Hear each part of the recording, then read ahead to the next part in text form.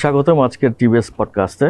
আজকে আমার সাথে আছে হুমায়রা মোস্তাজির, আমারই কলিগ। আজকে আমরা কথা বলবো এই নতুন বছর নিয়ে। আগামীকাল নতুন নিউ ইয়ার্স ইভ এবং পরের দিন আমরা একটা নতুন বছরে পা দিতে যাচ্ছি। এবছর নিউ ইয়ারটা একটু ডিফারেন্ট মনে হচ্ছে, কারণ একটা পলিটিক্যাল চেঞ্জ এসছে অনেক বছর পরে বাংলাদেশে। একটা পলিটিক্যাল ফ্লেভার মনে হয় থাকবে। আপনার কি মনে হয় হুমায়রা? আমার মনে হয় যে সেলিব্রেশন, নর্মাল মানুষের সেলিব্রেশন নর্মালি থাকবে, কিন্তু গত বছরগুলো আমরা দেখতে পাই যে অনেক রাজনৈতিক অনুষ্ঠান হতো এবং যেরকম ব্যান্ড, ছাত্রলীগ, তাদের কিছু প্রোগ্রাম থাকতো। এবার মনে হয় না সেই প্রোগ্রামগুলো আর হবে, এবং রাজনৈতিক অনুষ্ঠানগুলো আসলে কিরকম হবে বা কিরকম অনুষ্ঠান হইতে পারে সারা দেশ জুড়ে, সেগুলো আসলে একটু দেখার বিষয়। আর আপনি তো জানেন বোধহয় যে আগামীকাল ছাত্ররা প্রোক্লামেশন দিচ্ছে, অ্যানাউন্স করবে শহীদ মিনারে। তো এই ফ্লেভারটা মানে পুরোটাই একটা পলিটিক্যাল একটা ফ্লেভার নিয়ে আসার চেষ্টা করছে ছাত্ররা। তো সাধারণ জনগণ মনে করেন কিভাবে জিনিসটা সেলিব্রেট করবে নতুন বছরটা? পলিটিক্যাল ফ্লেভার আসলে তাদের প্রোক্লামেশনে আমার মনে হয় যে পলিটিক্যাল আবহাওয়াটা চেঞ্জ হবে। এবং আমরা দেখে এসেছি যে আমাদের ইলেকশনগুলোতে সাধারণত এই ডিসেম্বর জানুয়ারিতে হয়। যেরকম গত বছরই আমাদের জানুয়ারিতে ইলেকশন ছিল, তো তখন একটা টেনশন কাজ করছিল যে সামনে ইলেকশন। এই বছর সেটা নেই। আর সাধারণ মানুষের ক্ষেত্রে আমি যেটা বলবো, আমার মনে হয় না তাদের কোনো চেঞ্জ হবে। কিন্তু আরেকটা দেখার বিষয় হচ্ছে ল এনফোর্সমেন্টের বিষয়টা। এখন এটা বলতেই পারে যে ল অ্যান্ড অর্ডার কিছুটা রিল্যাক্স আছে দেশে, সারা দেশ জুড়েই, এবং পুলিশ ফুল ফোর্সে অ্যাক্টিভ নয় মনে হয়। তো যার কারণে যেরকম গত বছরগুলোতে ফায়ারওয়ার্কস, ফানুস ওড়ানো এগুলা ব্যান্ড ছিল, এবারও ব্যান্ড, কিন্তু তারপর মানুষ করতো। অ্যান্ড এবছর আসলে তারা এইটা কতটুকু তারা কন্ট্রোল করতে পারবে, এটা দেখতে হবে যে আসলে কতটুকু করতে পারে এবং মানুষ এটা কিভাবে সেলিব্রেট করে। আর এবার প্রতি বছর দেখি যে নিউ ইয়ার্স ইভে প্রচুর পুলিশ প্রেজেন্স থাকে রাস্তাঘাটে, মানুষজনকে চেক করে, গাড়ি চেক করে। এবারে কি মনে হয় এরকম প্রেজেন্স থাকবে, নাকি ওরকম এনফোর্সমেন্ট ওরকম থাকবে মনে হয় আগের মতো? আমার মনে হয় they will do their job, তা থাকবেই। কিন্তু এখানে আরেকটা বিষয় আছে, সেটা হচ্ছে according to recent media reports, দেশে ছিনতাই হচ্ছে। তো মানুষের একটু শুধু নিউ ইয়ার্স ইভ না, নর্মাল ডে গুলোতে মানুষ একটু সিকিউরিটি কনসার্ন বেড়ে গিয়েছে। মানুষ রাতের বেলায় বেরোতে একটু ভয় পাচ্ছে।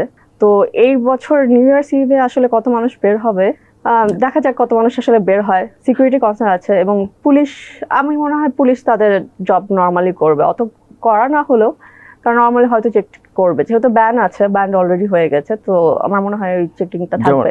কিছু টুরিস্টি এরিয়াগুলো আছে না, হাতিঝিল, গুলশান, বনানী, ওসব জায়গায় আগে প্রচুর মানুষ একসাথে হতো, মজা করতো।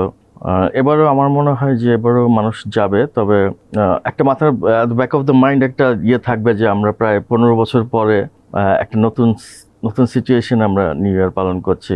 তো আগে যেমন মনে করেন প্রতি বছর নিউ ইয়ারের পরের দিন 1 তারিখে আবার সেই আগের মতো একই জীবন ছিল, এবারও একই জীবনই থাকবে, কিন্তু কোথায় যেন একটা পরিবর্তন আসছে আমার মনে হয়। আপনার কি মনে হয়?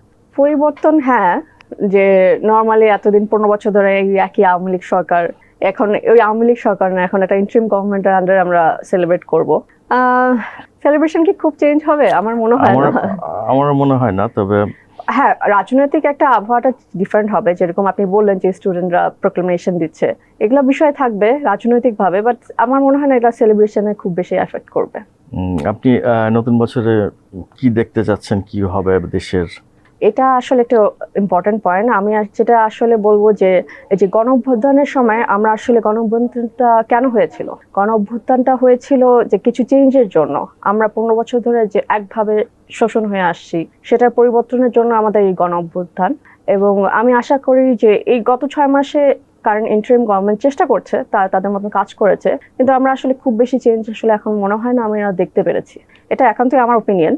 তো আশা করি যে সামনের বছরে আমরা এই চেঞ্জগুলো দেখতে পারবো, আর রিফর্মগুলো দেখতে পারবো, এইটাই আশা করি। তারপর হচ্ছে ইনফ্লেশন এবং দ্রব্যমূল্য, জিনিসপত্রের দাম কন্ট্রোলে আসবে, এটাই আশা করি। পলিটিক্যাল একটা স্থিতিশীল অবস্থা আসবে, যেমন এখন সব জায়গায় প্রোটেস্ট চলছে, আন্দোলন চলছে, এগুলা কিছুটা কন্ট্রোলে আসবে, এটাই আশা করি।